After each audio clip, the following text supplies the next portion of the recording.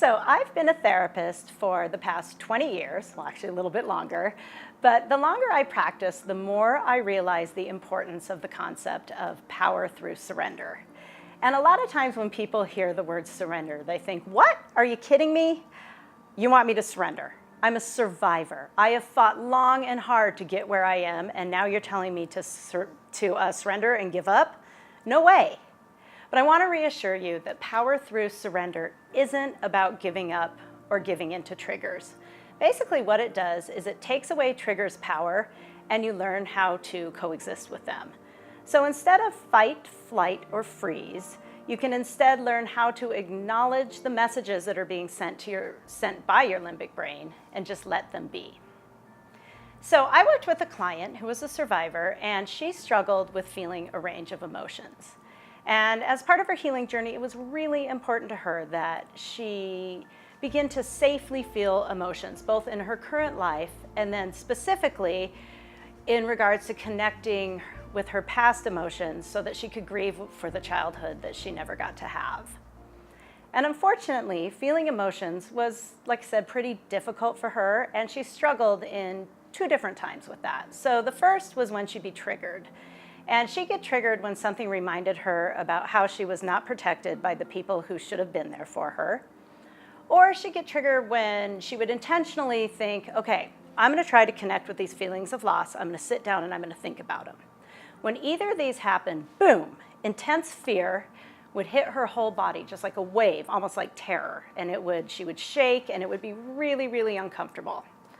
So of course, in response, her limbic brain tried to suppress or control the situation to make the fear reaction go away. So limbic brain is like, we need to stop this. So the client would dissociate. Sometimes she'd go to out of control exercise to the point of just exhaustion, way past being healthy. Sometimes she would use excessive shopping or sometimes alcohol use.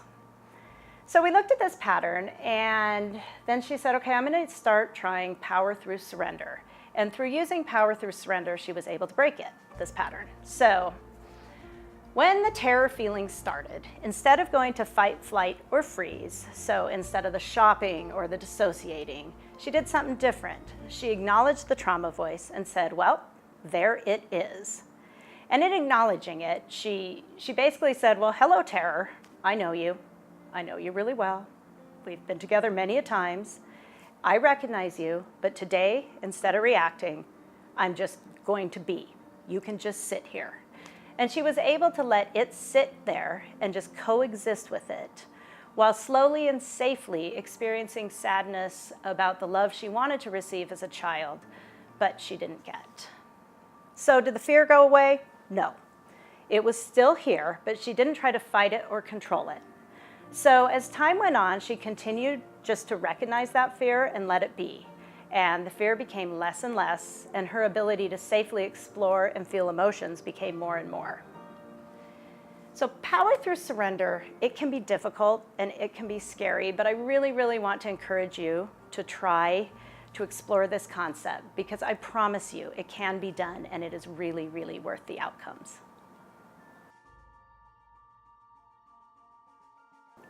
I want to share a story about a woman who is a good example of the power that comes through surrender. Kristen Armstrong, an Olympian in her 40s, had to go through a series of hip surgeries a few years ago. She has commented that it could be easy to think about her age and her injuries as limitations, but these are things she can't control. She can't change her age, so she doesn't battle against it. Instead, she focuses on training and pushing herself mentally. People ask Armstrong why she wants to continue competing despite her challenges, and her response is simple: because I can. Armstrong's determination paid off when she won a gold medal in cycling the week of her 43rd birthday at the Rio Olympics. I love the way that she focuses on things she can control and doesn't fight against or use her energy on things she can't control. It can be very freeing to surrender to those things that we cannot control. I hope as you practice power through surrender that you feel uplifted and lighter,